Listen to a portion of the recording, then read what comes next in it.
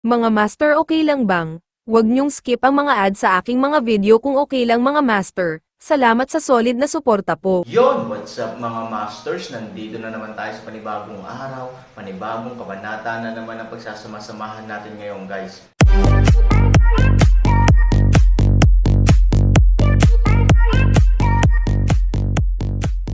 Bali mga masters, kung bago ka pa lang po sa aking YouTube channel, please click the subscribe button, lalong-lalo na po yung notification bell guys, para maging connected pa rin tayo sa isa't isa at maging updated kayo sa mga susunod ko pang video. Bali mga masters, bago natin umpisahan ng kwento ay mag-shoutout po muna tayo para sa mga solid nating tagapakinig. Shoutout kay Danilo Wamar at shoutout kay Mario Francisco. Yun na nga mga masters, no? Bali hindi na ito patagalin. In 3, 2, 1, let's go! Pupunta ako. Ang napakalaking impact force, kahit ang skilled Mercury man ay sumigaw sa akin habang umaatres siya sa ere. Sinubukan niyang patatagin ang kanyang katawan sa pamamagitan ng lakas, ngunit gaano man kahirap ang pagpupumilit ng mga kalakal, hindi nito napigilan ang takbo ng pag-urong. Sa tunog ng tubig, ang buong katawan niya ay direktang sumabog sa dingding ng palasyo, mahigit 10 metro ang layo at nabasag ang dingding. Ang kanyang buong katawan ay sumabog na parang bola ng tubig at naging hindi mabilang na mga patak ng tubig, na sa wakas ay nakaligtas. Boom! Bahagyang yumanig ang buong palasyo, pati na rin sa lindol na ito, na pinipigilan ang Buddha na hawakan ng higanti. Fuck you, kung hindi ako natabunan ng tubig, kailangan mo akong i-flip sa meat patties. Sa mahinang pagsaway, ang taong Mercury ay naging isang patak ng tubig sa lupa, muling nagpalapot sa kanyang katawan at nanlulumong tumayo. Nang iangat niya ang kanyang mga mata upang tumingin sa Hilaga at South Korean 3,000, nakita niya ang madilim na berdeng ilaw sa paligid niya sa oras na ito, at ang nakapaligid na hangin ay parang paglubog ng araw. Ang sandali ay nakapagtataka at puno ng dignidad. This is, hindi nagmura ang lalaking Mercury. Sa kabaligtaran, ang kanyang mga kilay ay nakasimangot, at ang mga pupil ng Mercury na mga mata ay nakatitig kay Aaron. Ang aura ng ikapitong unggoy. Biglang parang may naisip si Mercury, at hindi maiwasang magulat ang buong tao. Malinaw niyang naramdaman na si Aaron ay nakatayo doon na parang isang Diyos na puno ng aura, at ang buong bulwagan ay inapi ng panlabas na puwersa ng aura na ito. Nakikita ko, ang mga taong Mercury ay biglang naging emosyonal na nasa sabik. Ang ikapitong henerasyong unggoy ay ang sagisag ng lahat ng mga aura. Makukuha mo ang lahat ng mga aura hanggat kinakain mo ang katawan ng ikapitong henerasyong unggoy. Gayunpaman, dahil lamang sa napakahalaga ng katawan nito, ang sanhi at epekto ng langit at lupa nilikha ang kanyang katawan nang wala ang kanyang pag-aproba, ang iba ay hindi man lang mahawakan ito kung sila ay kumain ng isang kagat. Hindi nito maiwasang mapabuntong hininga ang mga tao sa kababalaghan ng mundo, at kailangan nilang maramdaman ang kalakhan ng biyaya ng langit para sa masayang pagkikita ni Aaron sa oras na ito. Ang lalaking ito, kahanga-hanga. Biglang ngumiti ang taong Mercury. Zhang Guoshi, bakit mo sinasabing ang iyong anak ay napakapusok? Bakit kailangan mong makipag-away sa batang ito? Kung ikaw ay mas makatwiran ng kaunti tulad ko, hindi mo na sana nawala ang iyong kaluluwa ngayon. Kung hindi nawala ang iyong kaluluwa, hindi mo makikita kung ano ang iniisip mo sa buong buhay mo. Ano ito sa mundo? It's a natural choice. Ano ang anak mo? Ngunit ito ay isang bagay lamang na nagdadala ng tsaa at tubig sa napili, bakit mo siya pinoprovoke? Nakakatuwa. Ito ay talagang kawili-wili. Hayaan akong, na naglagay ng aking posisyon, na malinaw na makita kung ano ang resulta ng pagkakasalungat na ito sa loob ng maraming taon ngayon. Buzz. Bahagyang ipinikit ni Aaron ang kanyang mga mata at dahan-daang binuksan ang kanyang mga kamay. Napapaligiran ng liwanag ng jade, dahan-daang umangat ang katawan ni Aaron at huminto sa kalagitnaan ng hangin. Pagkatapos, ang bilis ng liwanag ng jade ay nagsimulang bumilis, at pagkaraan ng ilang sandali, ang bilis ng liwanag ng jade ay halos kasing bilis ng static. Oo pero hindi, hindi pero, oo pero hindi, hindi pero, tama at mali, hindi tama at mali, hindi tama at mali, tama at mali, hindi tama at mali. Lumulutang sa hangin, mahinang bulong ni Aaron, ngunit ang echo ay dinala sa buong bulwagan. Bagamat hindi naiintindihan ng taong Mercury ang binabasa ng Aaron. Halatang naramdaman niya ang mga dayandang sa oras na ito. Bagamat isang mahinang bulong lang ang narinig nila, parang kulog ang dumating sa kanyang mga tainga at puso. Ang bawat salita ay mabigat na martilyo sa puso, at ang bawat salita ay parang malakas na tunog ng basag ng lupa at pagguho ng lupa. Kung hindi dahil sa presensya at pakiramdam ng personal, hinding-hindi malalaman ng mga taong Mercury ang malakas at kalmadong kapangyarihang ito. Sa oras na ito, lubos din niyang naiintindihan kung bakit mababaliw si Zhang Guoxi dahil dito, kaya hindi niya ito nakalimutan pagkatapos niyang mamatay. Ang mga nagmamay-ari nito ay maaari talagang baligtarin ang buhay at mangibabaw sa mundo. Boom! Biglang sa oras na ito, nagkaroon na naman ng marahas na kidlat sa buong bulwagan. Nang iangat ng lalaking Mercury ang kanyang mga mata, sa hindi inaasahang pagkakataon ay nalaman niya na ang liwanag ng Jade sa paligid ng Aaron ay nagsimulang magbago ng kapansin-pansin.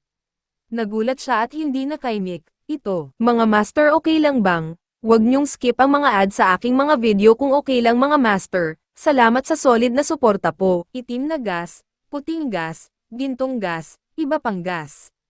Ang hininga ng ilang mga kulay ay nagsimulang lumiwanag mula sa katawan ni Aaron at kumalat sa liwanag ng Jade sa panlabas na layer. Pagkatapos, ang hininga ng lahat ng mga kulay ay nagsimulang dumaloy ng mabilis sa pasulong na pag-ikot ng liwanag ng Jade.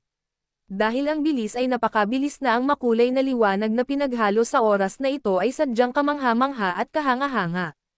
Ito ay tulad ng isang matalinong nasusunog na ulap, isang oil painting na maingat na inihanda ng isang master, at isang 7 kulay na bahaghari na pinalamutian ng makalangit na palasyo. Higit pa rito, may mga pagsabog ng mga kaluskos sa palasyo mula sa mga dingding kung saan-saan. Nang lumingon ang taong Mercury sa tunog, natigilan siya nang makitang nagsimulang mahulog ang mga batong ladrilyo sa ibabaw ng dingding sa bulwagan. Hindi nito maiwasang matigilan ang mga taong Mercury. Alam mo, lahat ng materyales sa loob nito ay malamig na bato sa ilog. Hindi na nito kailangang sabihin pa ang tungkol sa katigasan nito. Nakagawa na rin si Aaron ng mga eksperimento sa kanyang katawan dati. Iyan ay sapat na mahirap upang basagin ang mga kalamnan at ugat ng katawan ni Aaron.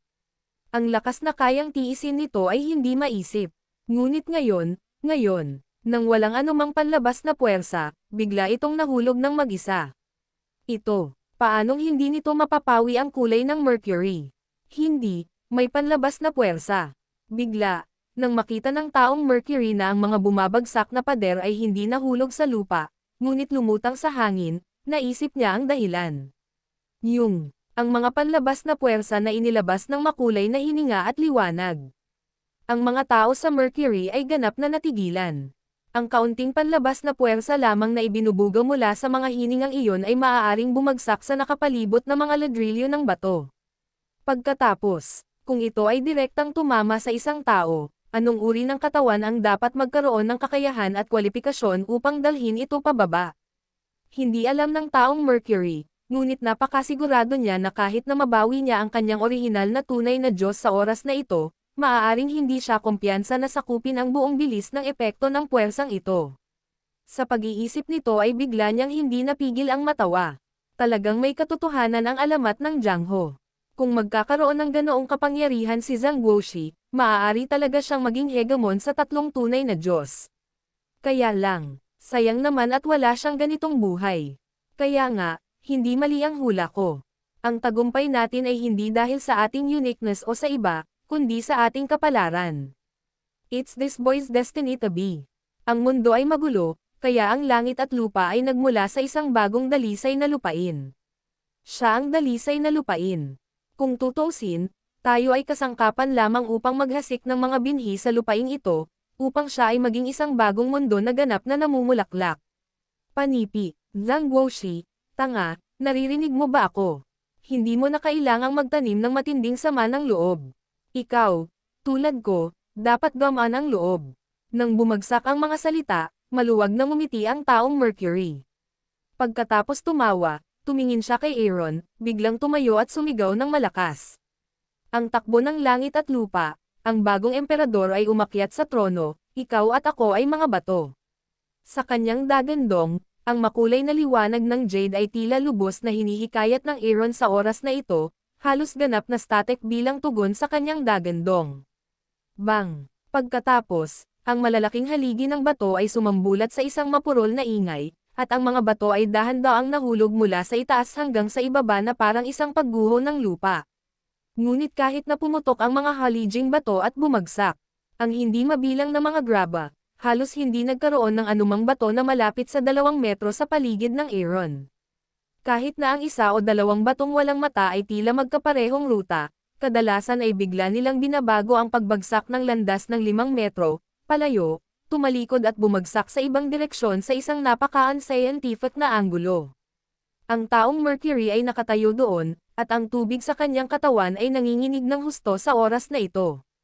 Walang hangin o pisil, ngunit ang kanyang buong katawan ay tila nasa ilalim ng pagkubkob ng isang super hurricane.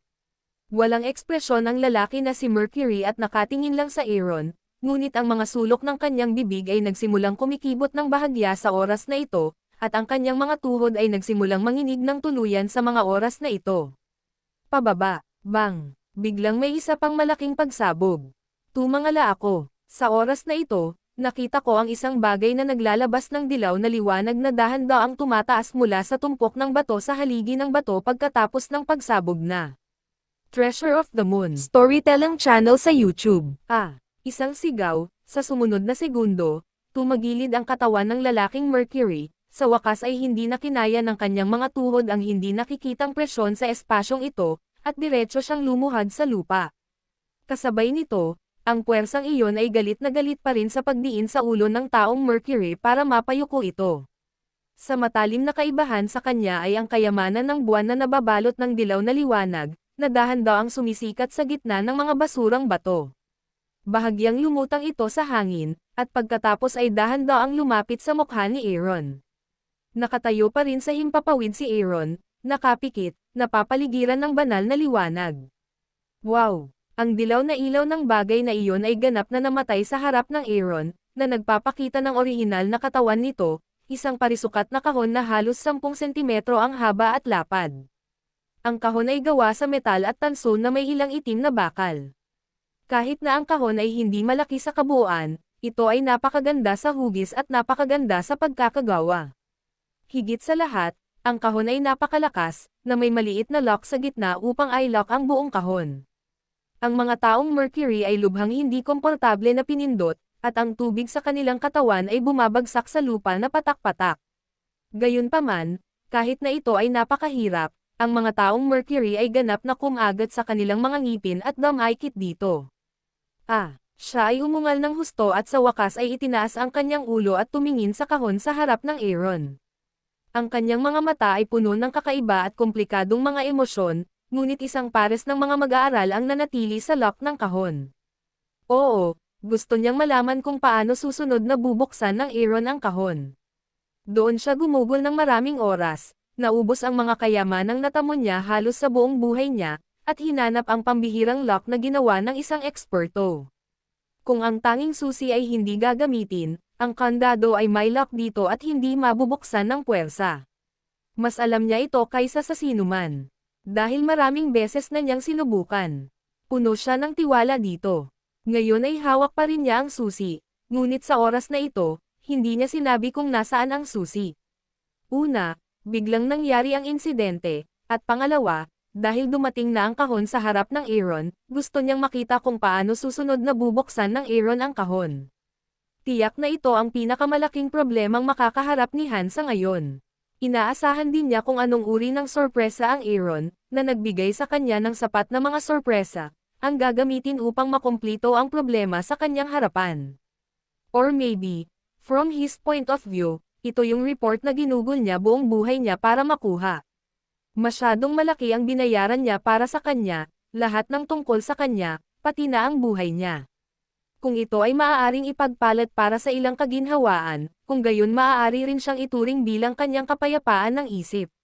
Maaari itong ituring na nagdaragdag ng kaginhawaan sa kanyang kahabag-habag sa huling bahagi ng buhay. Kaya pinili niyang maghintay. Gayunpaman, ang hindi niya malalaman ay bukod pa sa pares ng mga mata na nakatitig sa Aaron sa oras na ito, mayroon talagang 2 pares ng mga mata na nakatingin dito sa mataas na moon palas at sa mga layer ng mga ulap at ulap. Sa totoo lang, curious din ako. Kung wala ang tulong ng susi ng lalaking iyon, paano makukuha ng Aaron ang kayamanan ng buwang ito? Nakangiting sabi ng matandang walis. Ngumiti si Bawang Tianshu at hindi sumagot. Gayunpaman, ang kanyang mga mata ay nagpapakita na sa oras na ito, siya ay talagang may parehong saloobin tulad ng matanda na nagwawalis sa sahig. Curious din siya. Katulad ng naisip ng lalaki, ang lock na ito ay tiyak na hindi simple. Bagamat ito ay maliit, ito ay napakalakas. Kahit na gusto mo at ako ay buksan ang kandado na ito, natatakot ako na ito ay tumagal ng maraming oras, bulong ng matandang nagwawalis ng sahig, tumango si Bawang Tianshu at bahagyang ibinuka ang kanyang bibig. Ngayon, maaari kong kunin ang ikaw at ako bilang isang halimbawa upang ihambing siya, paano ang hinaharap, ang mga salita ay nahulog, at sila ay ngumiti, umiling si Bawang Tianshu at itinuro ang langit. Hindi natin maiisip kung paano magmaneho, aayusin ito, nang muli nilang itinoon ang kanilang mga mata sa bulwagan, matagal nang nakapikit si Aaron, bigla siyang nagmulat ng mata, sabayan pa ng kakaibang tunog, tanging sigaw ng taong Mercury ang narinig ko, ho. Yun na nga mga masters, no? Bali panibagong kabanata na naman yung natapos natin ngayong gabi.